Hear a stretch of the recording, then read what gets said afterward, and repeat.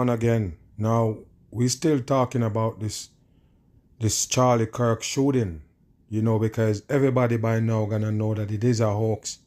And I'm gonna do a lot of videos on it until you get it, because if they can pull off something this fake, this bold, people, you have to understand who's behind the wheel and pulling off these fakery to traumatize the masses. And I'm gonna show you some things right here with this fakery right here. So they talk about the shooter and everything. We're gonna get into that as well. And I'm gonna break it down and show you that this never happened. There go the shooter they're showing you right there with a supposedly mugshot. We're gonna get into it, and I'm gonna show you hoax as its best right here. Run it. New details into Outfront about the man who allegedly murdered Charlie Kirk.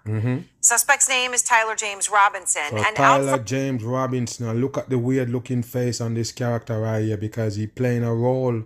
Also, you have to understand, all of them is playing a role on the dumb masses. Listen and pay attention. Just spoke to a man who worked with the 22-year-old as recently as 2 weeks ago. So two weeks. Yes, and if you hear that, he's 22 years old. We'd already break it down for the Patreons and the peoples on the podcast and Spotify. We already break it down and show you that this is not real. But I'm just doing this video right here for the people to understand.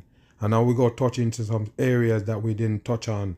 But pay attention with this suspect. Again, listen. The man you see on your screen was at work. 22 years old. Two were both doing electrical work at what our source, who did not want to be identified, describes as a big custom house in Santa Clara, Utah. So that's bullshit again with CNN bringing you some kind of person that know this one that used to work with him, do electrical work, but he don't want himself to be known, but he want to tell the story. What a bullshit. Somebody listening and they know the person and they don't want to get involved. They just don't want to get involved.